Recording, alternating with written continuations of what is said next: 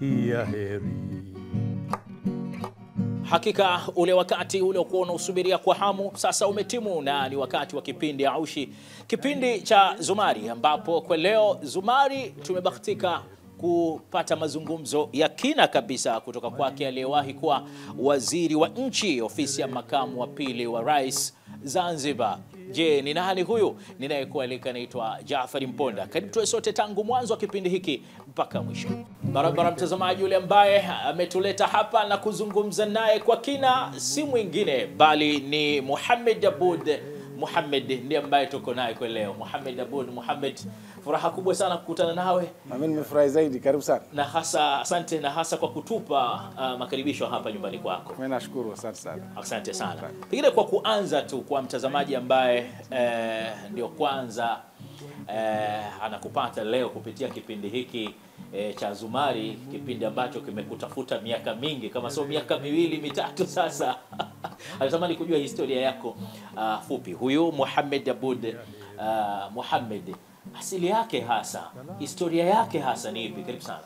Asante sana. Kwanza nashukuru na mimi niwakaribishe, na nimefurahi kuja kwenu hapa. Asante. Asante sana. Mwenyezi Mungu awajalie. Amin ya Rabbi. Mzidi kufanikisha kipindi chenu vizuri. Amin. Mimi kama ulivyosema naitwa Mohamed Aboud Mohamed. Naam. Mimi hasa ni mzaliwa wa Pemba, wilaya Chake Chake, katika kijiji cha Wawi. Naam. Na kile kijiji chetu kidogo zaidi panaitwa Wara. Aha. Wara, Wawi, Chake Chake, Pemba. Wara, Wawi, Chake Chake, Pemba. Huko ndo Imekaa vizuri sana hiyo. Nilipozaliwa huko. Kijiji kimoja na marehemu Dr. Omar Juma. Aha. Ndio. Alafu nikasoma katika skuli ya Michakaini kutoka darasa la kwanza mpaka 11. Baadaye nikaja kusoma form 4 Kibasila Sekondari hapa Dar es Salaam. Baada ya kumaliza tu form 4 nikasomea ualimu, nikatokea babangu akafariki. Sasa ikawa shida kuendelea na masomo kwa sababu familia ilikuwa inanihitaji wakati huo.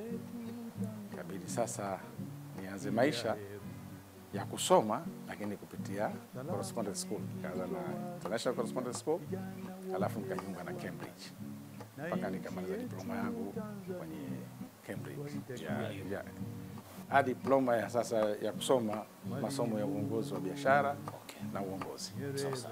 Kwa hivyo nikamalizia pale kupitia Cambridge ya Uingereza.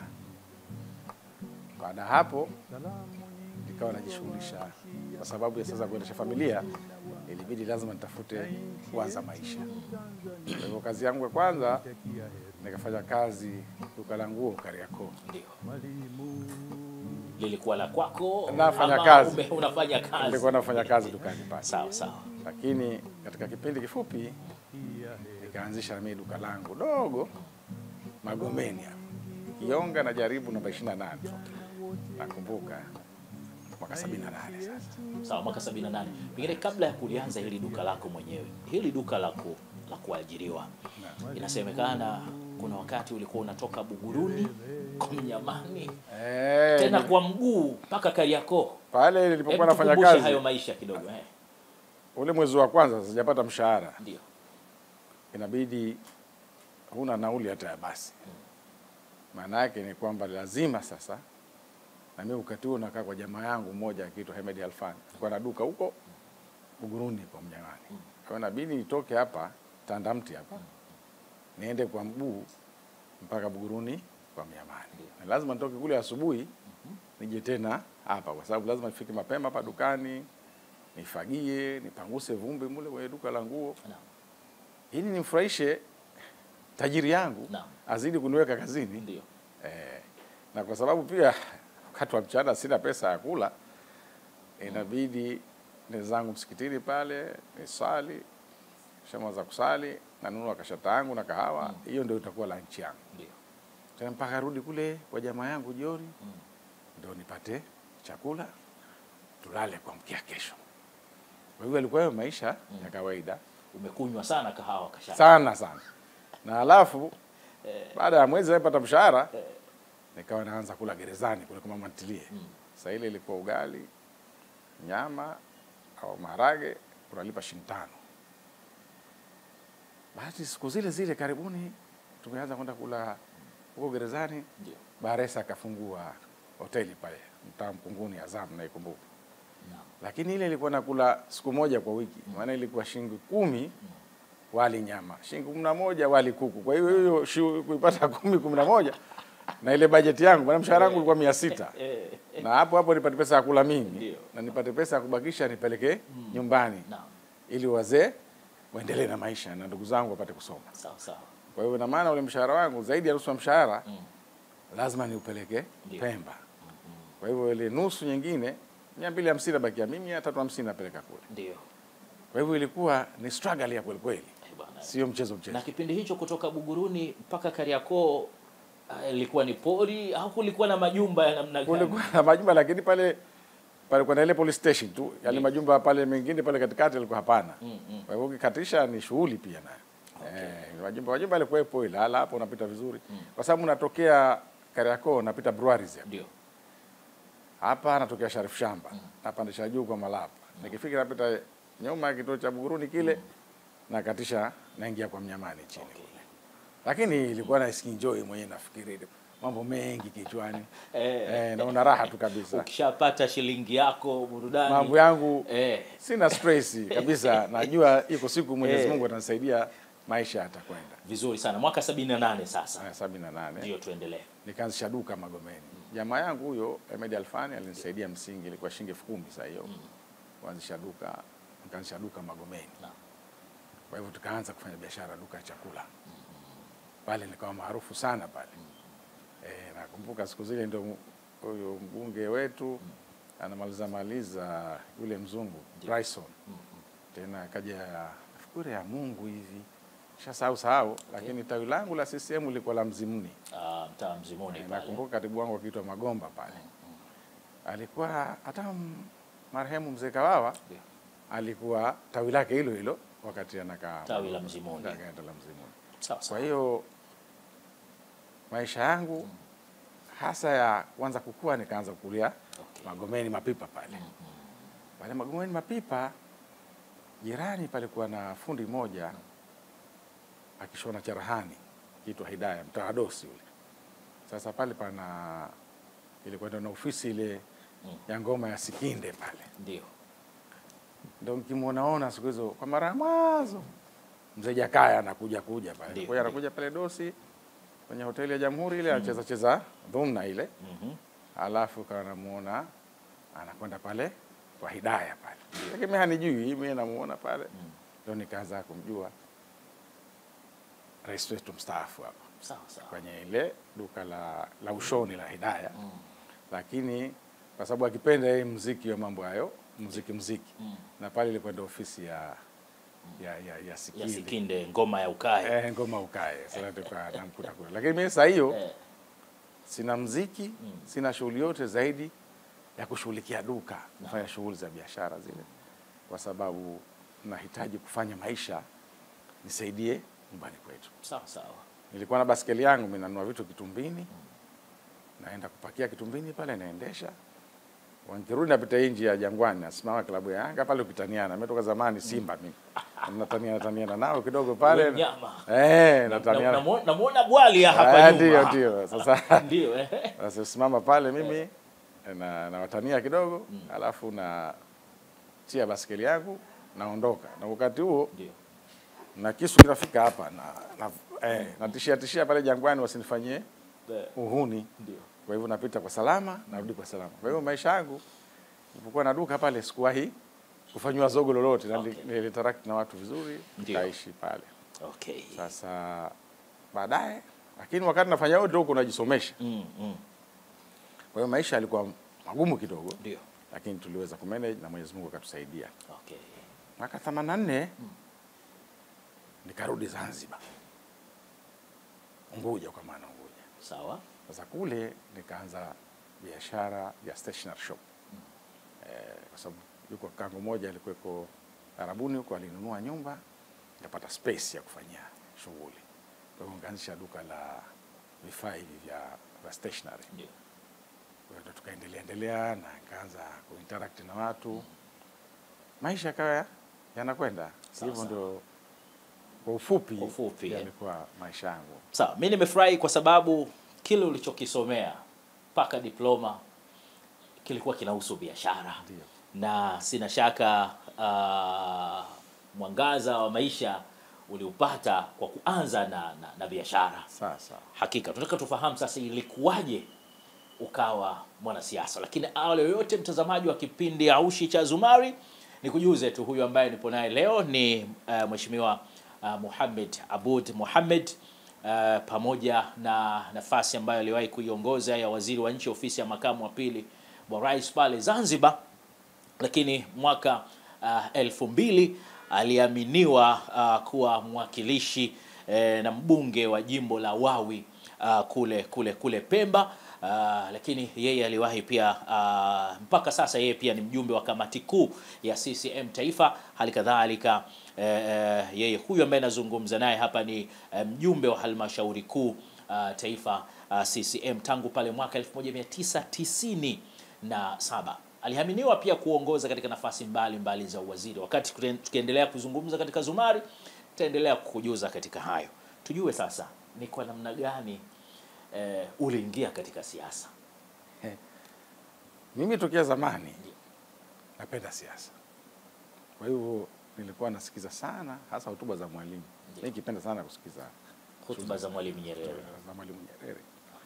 Kwa hivyo nikaa dukani kwangu pale, nauza duka, lakini redio yangu saa yote inafungua vipindi vya siasa, hotuba. Hapo nakuwa roho yangu inanifurahisha sana. Naam. Kwa hiyo jambo lile kwa nalipenda. Tunaweza kusema kiigizo chako kwenye siasa ni Mwalimu? Mwalimu nimpenda sana mimi, lakini na mtu mwingine ambaye nilikuwa naye karibu sana ni marehemu Dr. Omar Aljuma. Sawa sawa. Dr. Omar mimi jamaa yangu. Anatoka kijiji kimoja. Sasa mwaka 92, kwa sababu saa hiyo sasa kidogo nilianza pia kusafiri kwenda nje. Kuleta vitu, siku zile imetoka ruhusa kuleta vitu kutoka Dubai kuja huku. Tukawa tunasafiri tunakwenda huku. Siku hizo nikikwambia nauli ya kwenda na ya Tanzania ilikuwa shilingi 8,000 tu kwenda Dubai. Tukwenda tunanunua vitu, tunaleta, tunauza. 8,000 tu ya Tanzania. Tukisafiri. Lakini ilikuwa nyingi kipindi hicho. Nyingi kwa kipindi hicho, kwa sababu nakumbuka pale nyumba hizi za National Housing zikiuzwa 75,000 tu. Mwaka 78, 79. Kwa hiyo Magomeni pale. Ndio. Leo ziko milioni 300, 400. Sawa sawa.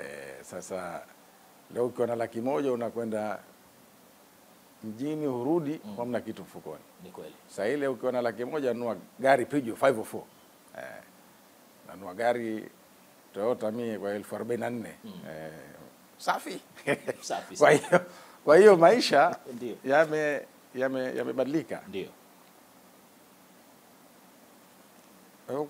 Kwa maisha hasa tuliendelea, tukarudi Zanzibar, kaanzisha stationery shop, sasa tunasafiri na kwenda nje. Ndio. Lakini hamu yangu ya kufanya biashara inaendelea nayo kwa sababu ya maisha. Ndio. Lakini akili yangu ya kisiasa napenda. Kwa hivyo nilikuwa nasoma vitabu vya siasa, nasikiliza wanasiasa. Habari nyingi sana nasikiliza mimi. Hata kabla sijawa kuwa mwakilishi nasikiliza baraza la wawakilishi, nasikiliza bunge. Na mpaka leo mimi hakinipiti kipindi cha baraza la wawakilishi au kipindi cha bunge. Ni mpenzi wa mambo hayo. Naona raha kabisa, natulia nasikiliza. Kwa hiyo hayo ndio maisha yangu ya kisiasa. Sasa zilipokuja mfumo wa vyama vingi mwaka 92, marehemu Dr. Omar akaniambia bwana, sasa inabidi tuingie mbele walikuwa Nguja pale. Ndio. Kwa mazingira alivyo, yeye alikuwa waziri kiongozi. Yeye kipindi hicho alikuwa waziri kiongozi. Waziri kiongozi. Sawa sawa. Akaniambia kwa mazingira alivyo Mohamed, lazima sasa twende Pemba tukafanye kazi ya siasa. Tushirikiane kwa sababu wenzetu wengi wametoka CCM wameingia katika chama cha CUF, chama cha upinzani. Kwa hiyo kama hatukujikaza hali itakuja kuwa ngumu zaidi. Akaniambia hamna neno.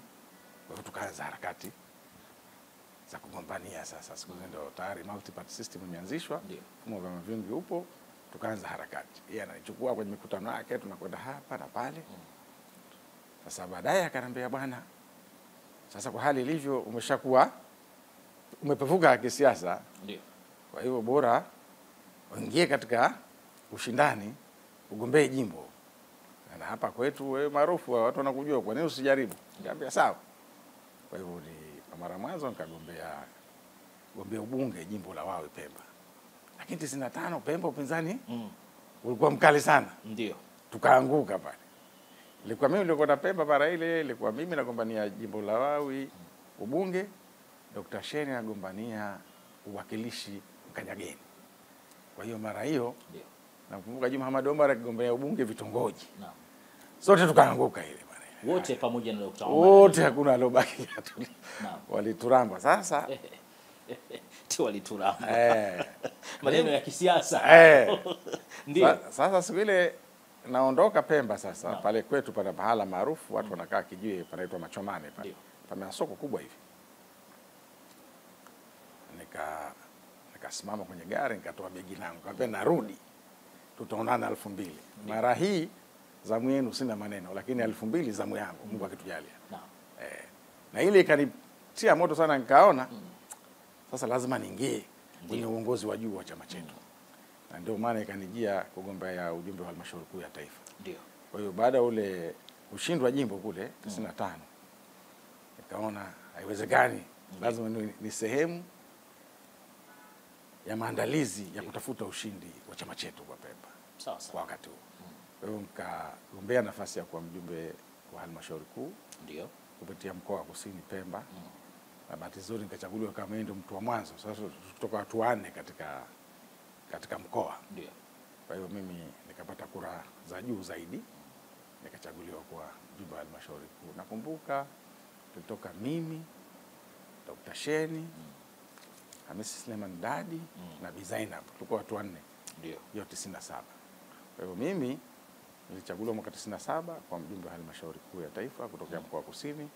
Na Dr. Sheni vile vile nitokea huko mwaka 97. Sawa sawa. Kwa hiyo hapo tukaingia katika harakati kamili sasa za kupambania chama chetu na ushindi wa chama chetu. Sawa sawa. Mwaka 2000 sasa nikagombea jimbo la Wawi kama mwakilishi. Nikashinda sasa. Nikawa sasa zamu yangu. Kwa hiyo nika mjumbe wa baraza la wawakilishi kutoka jimbo la Wawi Pemba. Sawa, ilikuwa rahisi kutoka kukosa ukaenda ukajipanga tena ukawahakikishia kabisa kwamba narudi, na kweli mkaingia kwenye kampeni na ukashinda. Na wote waliokuwa siku ile wanajua kwamba ninawaambia naondoka, mmenishinda, nakubali matokeo, sina tatizo. Lakini tutaonana 2000. Na kwa sababu ni nyumbani kwetu, kila mara nakwenda tukitaniana kawaida, kwa sababu ingawa saa hizo siasa zilikuwa na tension, lakini mimi nashukuru sikuwahi kupata matatizo ya ugomvi. Kwa sababu nikijua namna kukaa na wenzangu na kuheshimu kila mmoja, kuheshimu tunaoshindana nao politically. Kwa hivyo nilikuwa sina matatizo nao. Sawa sawa. Tukakuwa nao, tukaelewana, wanakosoa kwa kimaneno ya kisiasa, na wewe unatafuta majibu ya kisiasa, lakini yasio leta mpasuko zaidi. Unajaribu kuleta maneno ya kutuunganisha. Sasa unakumbuka ulijikwaa wapi? 95 ukaukosa, 2000 wakakupa. Nilikuwa mpya sana. Ndio. 95 mara yangu ya mwanzo nagombea. Na saili wale walikuja na kishindo kikubwa, sio mchezo. Wakati huo upinzani Pemba kulikuwa kukali kweli kweli. Kila aina ya mambo yalikuwepo wakati huo, sio rahisi. Na kila jambo gumu lilikuwa linafanyika kwa msingi wa kuharibiana kisiasa. Nakumbuka mimi ilibidi nimuondoshe mama yangu kule Pemba kwa sababu alikuwa umwa kutokana na yale ambayo yakiendelea. Kwa sababu walifika mahala wakati wa usiku wachukua kama ile debe la kokoto ile. Unalimwaga juu ya paa. Sasa kwa mtu mzima na hali yake si nzuri, nikaona hawa watanimalizia mama yangu. Ikabidi nimuondoe kule na kumpeleka Unguja. Ilifikia siasa ya namna hiyo. Sasa hiyo ilikuwa kwetu, siasa za ile zilikuwa za hasama kubwa na chuki na ugomvi na nini. Lakini mimi juu ya yote hayo nilijaribu kila namna ku cool down na kutafuta namna ya kuwatukana na watu kwa salama. Na inawezekana tuliweza kufanya hivyo. Kwa hiyo niliondoka, nikamwambia marehemu amenishinda, nikirudi nakuja na gia mpya, na wakati ule nimepata uzoefu. Kwa hivyo nikashinda mwaka 2000. Sasa yapi yalikuwa malengo yako ya kwanza baada ya kuona sasa kwamba wananchi wameniamini na wanataka niwawakilishe katika baraza la wawakilishi, ikiwa ni kipimo chako na thubutu kusema kilikuwa ni cha namna yake, kwa sababu hawakukupa, wameamua kukupa? Sasa jambo la kwanza ilikuwa kuunganisha watu wa vyama vyote ili tukae kwa amani, tushirikiane, tufanye kazi kwa pamoja. Kwa hivyo mara nyingi ilikuwa na zungumzia siasa hiyo ya turudi tuwe wamoja. Alafu tuliimarisha jimbo letu kwa kufikiria mikakati mbalimbali katika sekta ya elimu, katika sekta ya afya, katika swala la ujenzi wa barabara pale. Maji sasa ile ilikuwa kidogo yana mtihani. Huduma muhimu za msingi, lakini kubwa sasa ile pia ilikuwa uwezo wa kifedha mfukoni wa wananchi kumudu maisha ulikuwa mgumu. Kwa hivyo ilibidi pia mtafute namna kuanzisha vikundi vya ushirika au kumsaidia mtu mmoja kuanzisha. Hata ile soko kubwa sasa hivi limejengwa na Dr. Mwinyi vizuri, tulianza kulijenga soko. Japo wakati huo tulijenga kwenye hali ya chini, sasa limejengwa kisasa. Ukija soko la kwetu liko la kisasa kabisa, lakini zilikuwa ni sehemu ya juhudi zetu za kutafuta shughuli za kibiashara zifanyike pale vijijini, na pia na wananchi waweze kupata ajira na shughuli za kufanya. Kwa hivyo ilikuwa msingi hasa kuunganisha na kuhamasisha namna ya watu kushiriki katika shughuli za maendeleo na kujiletea maendeleo yao na kujenga maisha yao ya kila siku. Naam, mtazamaji wa kipindi cha Zumari ni Mohamed Aboud Mohamed, huyo aliyewahi kuwa waziri wa nchi ofisi ya makamu wa pili wa rais kule Zanzibar, na nafasi kadha wa kadhaa ambazo aliwahi kuziongoza. Kwa hili ambalo tumelizungumza, pengine tudumu hapo. Kwa mtazamo wako, tangu serikali ya mapinduzi Zanzibar ianzishe serikali ya maridhiano, imefanikiwa kiasi gani kwenye kuleta uvumilivu, ushirikiano na utulivu wa kisiasa visiwani Zanzibar? Kwa hali ilivyokuwa, yapo mabadiliko, na tatizo lilijitokeza sana mwaka 2001 wakati ilipotokea vurugu kule. Watu wakagombana, kufanya maandamano yale, zogo likawa jingi. Sasa hiyo Rais Karume ndo alikuwa rais wa Zanzibar kipindi hicho. Vurugu ikawa kubwa, kuna watu walikimbia mpaka wakaenda Shimoni Mombasa, wengine wakaenda mpaka Somalia. Wasifikiri kwamba haikuwa kazi rahisi. Na ndio maana chama chetu kikachukua hatua sasa ya mazungumzo ya mwafaka. Tukaenda kuzungumza namna ya kurudisha hali ya umoja wa nchi yetu, ili tuweze kukaa pamoja, tufanye kazi pamoja. Kwa hivyo haya maridhiano yaliyotokea, chanzo chake ni mazungumzo yanayotokana na miafaka. Ulianza wakati wa Dr. Salimin wa mwanzo, tukaja si mwafaka wa pili. Sasa ile nakumbuka kwa upande wa CCM kwa mzee Mangula ndio mwenyekiti wetu. Kana mzee Kingwengo Mbale Mwiru tulianza mwanzo na mzee Shen, lakini Dr. Shen alipochaguliwa kwa makamu wa rais ikabidi sasa aje Mheshimiwa Salum Juma marehemu, na yeye amefariki. Alafu mimi, alafu alikuwa Shaibu wa Kilombe. Huyu Shaibu wa Kilombe yeye alikuwa kwa kafu. Shaibu wa Kilombe nani alikuwa advocate huyu Lamwai, na mzee Mapuri, hao ndio upande wa CCM. Upande wa kafu alikuwa Seif Sharif marehemu, marehemu Alhaji Pandu, marehemu aliyewahi kuwa mwanasheria mkuu Abubakar Hamis Bakari, ndugu Jusa yeye yupo. Shaibu wa Kilombe huyu kwa CCM sasa alikuwa upande ule. Na Alhaji Pandu shamtaja. Na hao watu walikuwa sita kwa Ahmad Rashid. Wale walikuwa sita na sisi tulikuwa sita. Sawa. Ndio mwafaka wa pili tukawa tumezungumza. Na ukumbuke Ahmad Rashid pia kutoka naye kijiji kimoja mimi. Ni kaka yangu kabisa huyo. Kwa hiyo pale akawa ni mwanzo wa mazungumzo ya kuleta mwafaka wa kisiasa. Yalianza wakati kipindi cha Dr. Salimini, na hii tukaenda mbali zaidi mpaka hii tukaunda tume ya pamoja ya kusimamia mwafaka. Sawa sawa. Na wale wajumbe wa tume wakawa makamishna, wakawa na hadhi ya uwaziri, wakapewa na magari na mshahara na kila kusudi kutekeleza ile tulokubaliana. Kwa hiyo tukatoka pale kwa spidi hiyo. Tukafanya uchaguzi mwingine 2005, Rais Karume akashinda. Ikaendelea mashindano ya kisiasa, lakini ikawa sasa inaanza spiriti ya kuunganisha. Ndio tena tukapata maridhiano. Ndio. Maridhiano ndio yakawezesha sasa kuunda serikali ya umoja wa kitaifa. Kwa sababu tulibadilisha katiba, ikawa sasa kwa Zanzibar ndio hata ukishinda lazima unamshirikisha mwenzako wa namba 2. Yategemea idadi ya kura alizopata. Sawa sawa. Katika makubaliano na kanuni za maridhiano hizo. Kwa hivyo kaanzishwa hiyo katiba ambayo ilitoa nafasi ya kuunda serikali ya pamoja. Kwa hiyo tukaanza mwaka 2010 kuwa na serikali ya umoja wa kitaifa chini ya Dr. Shein. Tulifanya kazi pamoja kusema kweli. Na tulianza vizuri. Lakini kwa sababu mambo haya ya kisiasa kule yametokana na siasa pia za asili.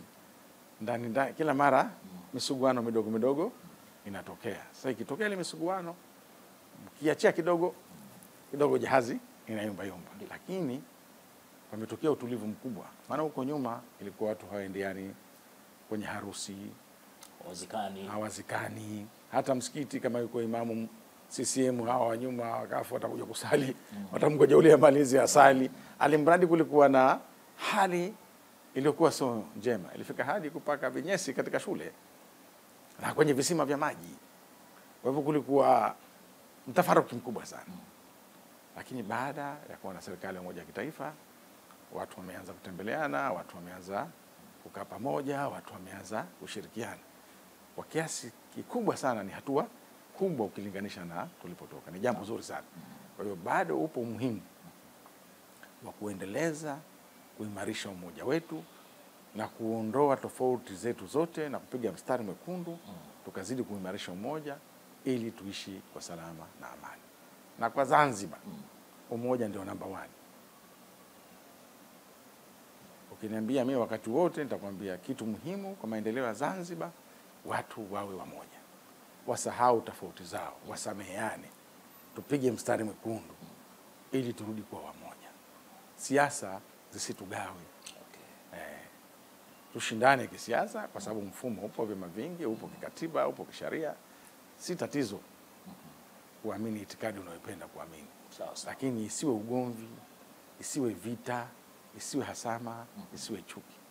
Na hili nataka sana wanasiasa kupunguza maneno ya munkari, maneno ya kejeli, maneno ya malumbano. Ili wanasiasa wakati wote wazungumzie suala la kuunganisha. Mambo ya malumbano haya ni chanzo cha matatizo. Na ukianza malumbano, zitakuja hasama, zitakuja chuki, matokeo yake ni ugomvi.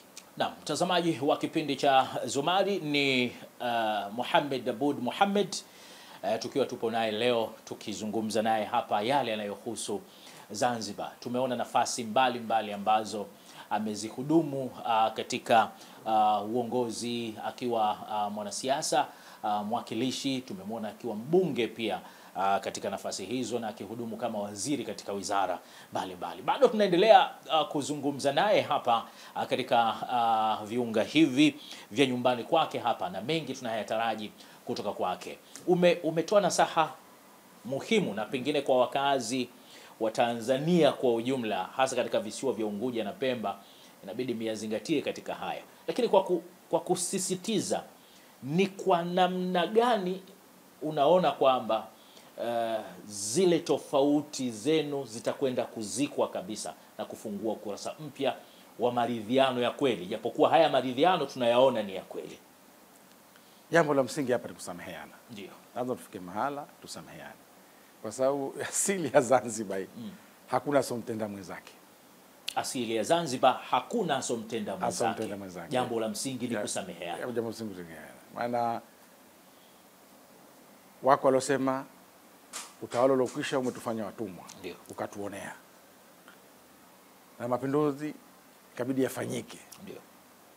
Na wale waliokuwa wakitawala chini ya mfalme utawala wao kuondolewa, na mapinduzi ni mapinduzi, watu wamepoteza maisha. Na wao wanasema tumeonewa na mapinduzi, ingawa nia ilikuwa ni kuikomboa Zanzibar. Lakini wale walioamini kwamba ule utawala wa kifalme ulikuwa ni utawala halali na ungefaa kuwepo, sasa wale yalipofanyika mapinduzi na wao wanaona kumetokea. Kwa hivyo waliofanya mapinduzi wanajua kwamba yaliyofanyika yalikuwa hayakuwa sahihi kwa wakati huo yafanyike, kwa sababu wako waliopata fursa wakajiona sisi watawala, na wako waliokuwa watawaliwa wakaona wanaonewa katika mambo mengi tu ya msingi, sina haja kuyataja sasa, kila mtu anayajua. Sawa. Lakini baada ya mapinduzi, hatua ya mwanzo ilikuwa ni kurudisha huo umoja, na ndio maana hata Mzee Karume alitangaza watu waoane wa makabila tofauti, Waarabu, Waswahili waoane na Waarabu, na Mswahili amoe Mwarabu, Mwarabu amoe, kusudi kusingane, ndio kuileta pamoja jamii. Ndio. Na kila hatua zilikuwa zachukuliwa kuwaleta watu pamoja, kusudi kuondoa tofauti zetu. Na mara mwanzo Mzee Karume akasema tusifanye uchaguzi bana mpaka baada ya miaka 50 ili kuondosha zile hasama na chuki, tusirudie huko. Maana akasema uchaguzi ni fitna. Akafanya hivyo kusudi, alikuwa anatafuta aunganishe watu. Ndio. Kwa hivyo juhudi zimeanza tokea 64 za kuwaleta watu pamoja. Lakini tulipoanzisha mfumo wa vyama vingi, kidogo zile hisia za siasa za kale za asili zikajirudia. Kwa hivyo wanafu Shirazi wakaendeleza uwafu Shirazi, na wale wengine kukawa kuna uhizbu na siasa zingine. Kwa hivyo kidogo zikaleta siasa za asili zikawa zimejirudia. Sasa tunachozungumza kwamba kwanza tusiwe watumwa wa historia yetu. Historia ni historia, ipo.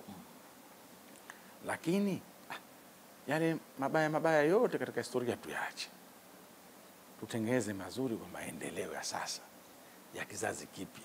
Hatuna haja ya kurithisha ubaya, turithishe mema, tutandike mstari upya na tuondoe hizo tofauti zote zilizokuwepo.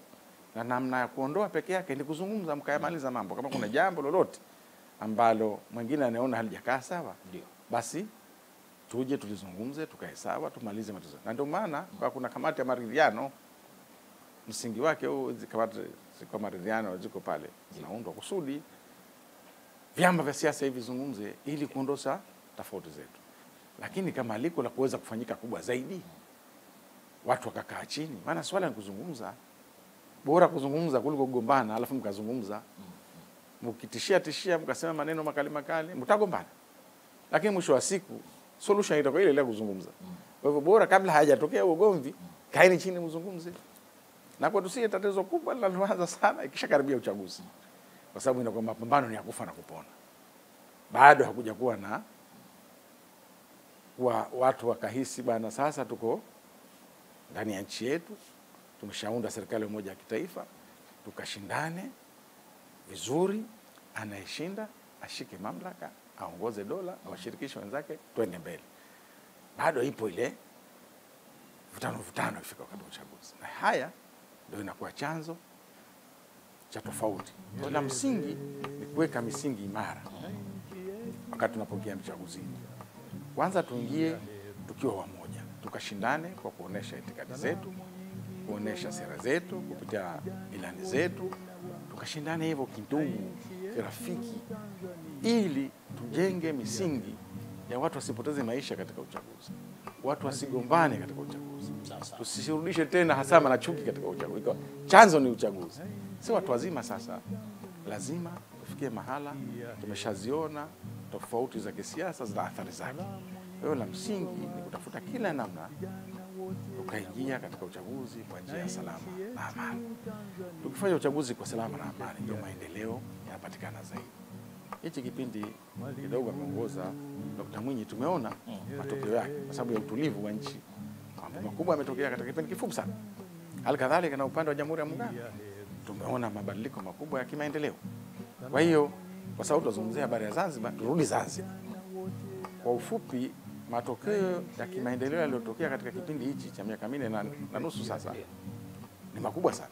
Sawa, nitakupa nafasi ya kutuambia matokeo ya maridhiano na umoja uliokuwepo kimaendeleo yamekuwa na mchango gani, na Zanzibar hivi sasa ni Zanzibar ya namna gani? Na mtazamaji wa kipindi cha Zumari ni Mohamed Aboud Mohamed, huyu aliyewahi kuwa waziri wa nchi ofisi ya makamu wa pili wa rais Zanzibar. Bado tunazungumza naye na tumezisikia nasaha zake hapa mwisho, zimetufikirisha na tulikuwa tukisisimka kwa maneno ya busara ambayo ameyaeleza kwa serikali ya mapinduzi Zanzibar na Tanzania kwa ujumla, hasa kuelekea masuala ya uchaguzi. Yalikuwa mapumziko muru, yanatupa nafasi ya kuendelea. Kumbuka kipindi ni Zumari na tupo naye hapa Mohamed Aboud Mohamed, aliyewahi kuwa waziri wa nchi ofisi ya makamu wa pili wa rais Zanzibar, na nafasi nyingine ambazo tutaendelea kukutajia kwa ujumla. Mheshimiwa Mohamed Aboud Mohamed,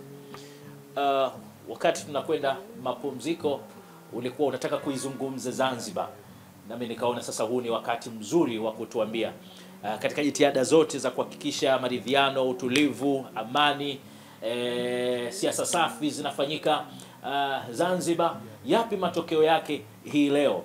Zanzibar ipo mahali gani leo tunapoizungumza Zanzibar kiuchumi na maendeleo kwa ujumla? Kwanza tumshukuru Mwenyezi Mungu kwa hatua tuliofikia na huko tulikotoka. Tuko pazuri, na yote hii ni kutokana na kuridhiana, kutokana na kuwa wamoja, ndio matokeo hayo ya kwanza. Kwa hiyo bado muhimu wa kuimarisha umoja wetu upo. Na katika kusema hapa ulisema mwaka 2000 nilikuwa mwakilishi na mbunge, bora nilionyeshe vipi nimekuwa mbunge, kwa sababu upo utaratibu wa kutafuta wabunge wanaotokea baraza la wawakilishi. Kuna wabunge 5 wanatoka baraza la wawakilishi kuwakilisha bungeni. Kwa hivyo katika kinyang'anyiro hicho na mimi nilishinda kwa mmoja. Kwa hivyo nikaula, nikapiga baraza la wawakilishi na napiga na bungeni. Ukaula. Mambo yalikuwa mazuri sana. Hakika. Kwa hiyo ndio nilipopatia ubunge wakati huo. Okay. Na ukiwa unaendelea huu mwaka 2000 umetoa viongozi wengi mahiri, nikijaribu kutazama katika historia. Mwaka 2000 kweli. Kwa sababu mwaka 2000 ndio tumeingia, mimi nilikuwa waziri wa biashara, viwanda, masoko na utalii. Dr. Sheni alikuwa waziri wa katiba na utawala bora, ilikuwa wizara mpya imeundwa na Rais Karume. Halafu Mama Samia, rais wetu wa Jamhuri, alikuwa waziri wa kazi, wanawake, watoto na ustawi wa jamii wakati ule. Mwaka 2000. Mwaka 2000. Kwa hiyo alhamdulillah, tushukuru tumetoa viongozi wakubwa kwenye cabinet ile ya Rais Karume ya wakati huo. Sawa. Kwa hiyo tuwatakie kheri, tuombee dua viongozi wetu hao wazidi kutuongoza, waishi kwa amani, waishi furaha na wao na familia zao, kwa sababu wamefanya kazi nzuri sana. Sasa maendeleo yako makubwa sana. Na chanzo cha mafanikio ya maendeleo haya kama nilivyosema ni umoja wetu. Lakini na usimamizi mzuri wa uongozi wa serikali wa Dr. Mwinyi. Amefanya kazi mkubwa. Kafanya kazi kubwa sana. Katika swala la maendeleo Dr. Mwinyi amefanya kazi kubwa. Amefanya shughuli nyingi za kimaendeleo zinazohitajika za kuifungua nchi. Moja katika ujenzi wa barabara, kujenga miundombinu ya kiuchumi. Hivi sasa anafanya juhudi kubwa ya kujenga bandari kubwa Zanzibar. Na hatua zinaonekana. Anachukua hatua mbalimbali za kuimarisha bandari, kwa sababu bandari ndio msingi wa maendeleo ya kisiwa. Na pia amefanya maendeleo makubwa katika kuimarisha airport. Unajua sisi tunategemea sana utalii. Na utalii inahitaji watu waingie ndani, waje. Sasa kaendelea kuimarisha airport. Yalianza swala la kuimarisha uwanja wa ndege ulianza toka enzi ya Rais Karume. Dr. Sheni akaja akaendelea kwa spidi yake aliyoweza kufanya, na Dr. Mwinyi akafanya alivyoweza kufanya katika kuimarisha airport yetu ya Zanzibar. Tunaita Karume International Airport, Abeid Amani Karume. Ukienda mwenyewe utaridhika sasa, utaiona ni airport ya kisasa. Na sisi tulikuwa tukisafiri kwenda nje kwenye miaka 80 hiyo, unaona utofauti wa ulipopita miaka ile na sasa kwenye airport yetu. Na hivi sasa anachukua juhudi ya kujenga airport kubwa Pemba. Kwa hivyo karibuni tutaona na maendeleo mengine ya airport ya Pemba. Jitihada mbalimbali zimefanyika na karibu ujenzi utaanza. Na amewakaribisha wawekezaji duniani kuja kuwekeza katika Zanzibar, katika visiwa vidogo vidogo, katika maeneo mengine ya kitalii. Harakati za kitalii zina create multiplier effect kubwa sana. Zinashajihisha harakati zingine zijitokeze za kiuchumi. Kwa hivyo kadri unavyoimarika utalii ndio chanzo cha mapato na harakati za kiuchumi. Kwa hiyo matokeo yametokea mazuri sana. Na yale mambo ya miundombinu muhimu ya kiuchumi ameyasimamia. Amesema barabara, kwenye swala vile vile la huduma za afya akaimarisha, kwenye elimu kafanya kazi kubwa sana. Amejenga mashule mazuri sana ya magorofa yako pale. Ametandika vizuri sana. Kwa hivyo sasa kwenye elimu, zamani ilikuwa kwenda mihula miwili asubuhi na jioni. Sasa hakuna hiyo tena kwa sababu kuna skuli za kutosha, wanafunzi wanaingia kwa mhula mmoja. Kwa hivyo inatoa nafasi ya wanafunzi anakwenda kufanya masomo yake, akitoka pata kidogo time ya kupumzika na time ya kujitayarisha kesho kwa kuja kuanza masomo. Kwa hivyo harakati ile miundo mbinu muhimu ya maana ya ujenzi wa skuli, ujenzi wa vituo vya afya na hospitali, na hivi sasa fanya harakati kubwa ya kutaka kujenga referral hospital kubwa, hospitali ya rufaa kubwa ya kisasa. Yimo harakati hizo vile vile. Kwa hiyo juhudi kwenye sekta afya zimeongezeka, juhudi kwenye sekta elimu zimeongezeka, usambazaji wa maji. Yumo sasa hivi anapambana pia kuimarisha upatikanaji wa umeme kwa kukaribisha makampuni mbalimbali yatakayoanzia vyanzo vya umeme ikiwemo mambo ya sola na mengine kwa pale Zanzibar. Kwa sababu sasa umeme unahitajika kwa sababu biashara zinakuwa, shughuli zinakuwa. Kwa hiyo ukitazama Zanzibar ya miaka mitano nyuma sio Zanzibar ya leo, kuna tofauti kubwa sana imetokea katika kipindi kifupi sana. Na vipi katika sekta ya michezo? Amefanya nini? Amejenga stadium, kuna Amani Complex hapo, uwanja wa kisasa kabisa, na Pemba kule kwetu tunaiona Gombani. Na pale pia ni kijijini kwangu pale. Ile imo katika eneo ya jimbo langu ile Gombani. Sawa sawa. Kwa hiyo Gombani pale kuna kitu sio cha kawaida, na nashukuru na furahi kwa sababu mimi wakati tupo shule tulikuwa tunatakiwa twende tukajitolee pale kuanza kukata. Kulikuwa miti mingi ya mibura pale, kata miti kutayarisha matayarisho ya mwanzo kabla wa Korea kuja kuanza kujenga hicho kiwanja. Tulianza wenyewe kwanza kwa kaza kujitolea kusafisha, na sisi vijana pale tukisherekea kwenda hilo. Tulikuwa na hamu twende tufanye hiyo kazi kwa sababu naamini kutakuja kuwa na uwanja wa kisasa. Matokeo yake alhamdulillah umekuja uwanja wa kisasa. Na jambo jingine linalonifurahisha katika utoto wangu kwa kule nyumbani, kuna sehemu mimi nilikuwa napenda kwenda kufanya matembezi, walking hivi kutoka nyumbani na kuja huko. Sasa ile sehemu nilisema siku moja mimi hapa nitakuja kujenga nyumba yangu ya kuishi. Matokeo yetu sasa, wakati mimi niko waziri wa nchi ofisi ya makamu wa pili, iliamuliwa pale tujenge nyumba ya makamu wa pili. Kwa hivyo kwa ninafurahi sana kusimamia ijengwe. Tukawa tunajenga nyumba ya makamu wa pili wa rais ya makazi yake kwa Pemba. Baadaye kuingia Dr. Mwinyi akasema hapa ndio pawe ikulu yangu. Sasa siku hizi ndio nyumba ya rais. Kwa hivyo zile njozi zile zimekuwa reality. Sikukaa mie lakini kaka rais wangu. Jambo kubwa kwangu, I'm proud of ya nafsi yangu. Kwa sababu sikutegemea, mimi ningepita kama mtoto tu. Napita tena na age pengine ya miaka 12 wakati huo. Napita pale 11 12 tu umri wangu. Lakini kwa na hamu niende pale na walk mpaka pale alafu narudi nyumbani kwetu. Nasema hapa mimi nitakuja kujenga nyumba ya kukaa. Lakini matokeo yake imekuwa ikulu ya rais. Imekuwa ikulu, nashukuru Mungu alhamdulillah. Kheri kubwa ndani yake. Hakika. Kwa hiyo ukitazama kijiji chetu nacho kimekuwa, nchi imekuwa, yametokea mabadiliko makubwa sana ya kimaendeleo. Kwenye michezo kama ulivyosema, tunaendelea sana. Sasa viwanja vyetu vya michezo vinakaribisha timu kubwa duniani kucheza. Juzi watoto Simba pale washindana na wa South Africa wale. na wakapiga goli moja pale, jambo sio la masara, jambo kubwa sana hili. Niwapongeze sana Simba mimi, na niwapongeze tena wachezaji wote, lakini lazima niwapongeze Simba kwa kufanya maajabu mazuri sana, na wakatuonesha maajabu mengine Afrika Kusini kule. Wakarudi sasa, tunangojea tusikie finali, na inshallah Mwenyezi Mungu atawasaidia mambo ya mazuri. Hapo ni jambo gani pengine kubwa uliwahi kulisimamia serikalini, hasa kwa nafasi yako hii, ambalo unadhani halijawahi kuzungumzwa kwa uzito unaostahili? Moja, ndio tumeanza mwaka 2010 ndio tumeanza kuwa na serikali ya umoja wa kitaifa. Ndio. Na mle wewe ndio unakuwa mnadhimu mkuu wa serikali.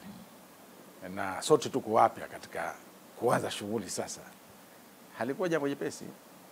Lazima utumie busara, namna kuwashirikisha wenzako, kwa sababu wote ni mawaziri, wote mko kwenye cabinet, lakini of course mnatokea vyanzo tofauti, kwa maana vyama tofauti, na ni mara ya kwanza. Kwa hiyo alhamdulillah tulianza vizuri, mwishoni tena kwa sababu za kisiasa wenzetu wakatoka sasa. Wakatuachia peke yetu, lakini ilikuwa bado miezi mitatu tu kufikia kuvunjwa kwa baraza. Lakini muda wote tulikaa vyema, tukashirikiana vizuri, tukaenda vizuri. Kwa hiyo moja, jambo kubwa sana kwamba ulikuwa mfano, tulijenga foundation ya kuwa tunaweza kukaa pamoja, tukafanya kazi pamoja kwa maendeleo ya watu wetu, na ilikuwa tumekwenda vizuri. Naam, turudi sasa kwenye ile mikiki ya siasa kwa ujumla, na hatua ambazo ulizipiga. Ndio siasa inakutaka kufanya hivyo. Mwaka 2020 ulitangaza nia ya kugombea urais na hata kuchukua fomu. Nini kilikusukuma katika kugombea nafasi hii? Si kubwa, niliona nimefanya kazi ndani ya nchi yangu na uzoefu. Nilidhani mie mwenyewe kwamba nikipata fursa ile nitaweza kutoa mchango mkubwa wa uzoefu wangu kusaidia wananchi wenzangu, kusaidia nchi yangu kupiga hatua. Lakini hata siku niliochukua fomu nilisema huu ni mchakato. Mmoja wetu ndio ataibuka kuwa mshindi. Kwa hivyo sote tuliojaribu kufanya au kuwa na dhamira ya kutaka baada ya kutokea mshindi, tunapaswa sasa tujielekeze kwa huyo mshindi, tumuunge mkono. Ikitokea kwa mia, wenzangu nataka na mimi waje niunge mkono. Ikitokea kwa mwingine, sote tuelekee tukamuunge mkono mwenzetu. Na huo ndio utamaduni wetu ndani ya CCM. Ini utaratibu wetu wa kidemokrasia tu wa kuchukua fomu. Maana yake kwa mwanachama unao ruhusa kufanya hivyo. Lakini kimsingi hutakiwi kufanya nongwa baada ya matokeo. Lazima uridhie matokeo yanayotokea, na sasa kwa vitendo unaunga mkono mwanachama mwenzako aliyopitishwa na chama katika kutafuta ushindi wa chama chenu.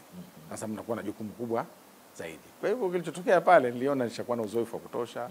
Nime practice kwenye serikali ya Jamhuri ya Muungano, nime practice kwenye serikali ya Zanzibar. Sasa nikaona nikajisikia sasa na mimi niingie nitoe uzoefu wangu kwa wananchi na nchi yangu. Lakini sikufanikiwa hilo, unafanikiwa jingine, unaendelea kufanya mingine. Ndio utaratibu wa chama chetu. Na hiyo ndio unaweka heshima ya chama. Na heshima yako. Sawa sawa. Nyuma ya jitihada zako zote, nani anasimama kukupa moyo, kukushawishi, kukusapoti, yani kukupa ushirikiano, hata kufikia mafanikio ya kisiasa na katika masuala ya uongozi uliokuwa nayo? Kwanza nishukuru kwamba kwanza mimi si mtu mgomvi. Nature yangu, na ni mtu anayeweza kusamehe. Ndio nilivyoumbwa. Kwa hiyo sitengezi maadui kwanza. Kwa hiyo mimi adui utakuwa una wewe mwenyewe kwa fikra zako, lakini si kwa sababu yangu. Kwa hiyo nimetengeneza marafiki wengi na wenzangu wengi wanaonipa ushauri mbalimbali. Lakini kwenye safari yangu hii, mtu mmoja ambaye mimi mapema sana nikimhusudu Mwalimu Nyerere na hotuba zake na mambo yake na ile nidhamu yake ya uadilifu wake kwa nchi, nikihusudu sana. Mwisho wake ni utaratibu wa kiserikali, umeona walivyolisaidia taifa, ndio akafanywa hayo mengine ya kufanywa. Yeye alikuwa ni mtu mwadilifu sana, na mtu mkweli, na mtu mwenye kupenda nchi. Kwa hivyo ukiyasikia yale maneno yake yale yalikuwa yananifurahisha sana. Ndio. Kwa hivyo akanivutia kwenye shule za siasa. Toka hapo ile hamu ya siasa nayo. Lakini mtu mwingine mimi alonitia moyo sana alikuwa Dr. Omar. Dr. Omar Ali. Dr. Omar Ali Juma. Alipenda sana niwe mwanasiasa. Alikuwa kila mara anaenda. Lakini hasa alonichagua nikawa mwanasiasa ni Rais Karume. Yeye ndo alodea kunitoa kwenye uwakilishi. Sijawahipo kufanya kazi yote ndani ya serikali, nikifanya kazi za kibiashara zangu kutafuta maisha yangu. Yeye akanichagua kuwa waziri wa biashara, viwanda, masoko na utalii. Kwa hivyo siwezi kumsahau kwenye maisha yangu. Amani Abeid Karume. Ijapokuwa alikuwa rafiki yangu, lakini haina sababu ya kuwa rafiki yangu, ana marafiki wangapi ya kuwachagua. Lakini mimi alinichagua akanifanya kwa waziri wake. Na alikuwa mtu wake wa karibu. Na halafu tena akaniteua kwa mjumbe wa kamati ya mwafaka. Jambo kubwa. Haikuwa rahisi. Hakika. Kwa hiyo watu hawa ni sehemu ya harakati zangu za kisiasa. Lakini pamoja na marafiki zangu, alivyokuambia, nikaa na wenzangu wengi, tumekuwa pamoja, tumeishi pamoja na tulikuwa na mkakati wa kutafuta maendeleo. Na wakati huo Pemba ilikuwa nyuma kidogo, kwa hivyo hata kwenye chama tulikuwa wakali. Katika tukisimama mle ndani ya chama wajua ukisimama fulani. Nakumbuka siku moja marehemu mzee Sarugi akanambia, haya si maneno yako, ni mambo umeyapata kutoka Mwenyezi Mungu haya. Hii ya leo humu ndani humo. Tulikuwa tunapambania namna ya sharing ya development kwa Pemba. Ndio. Ndani ya chama.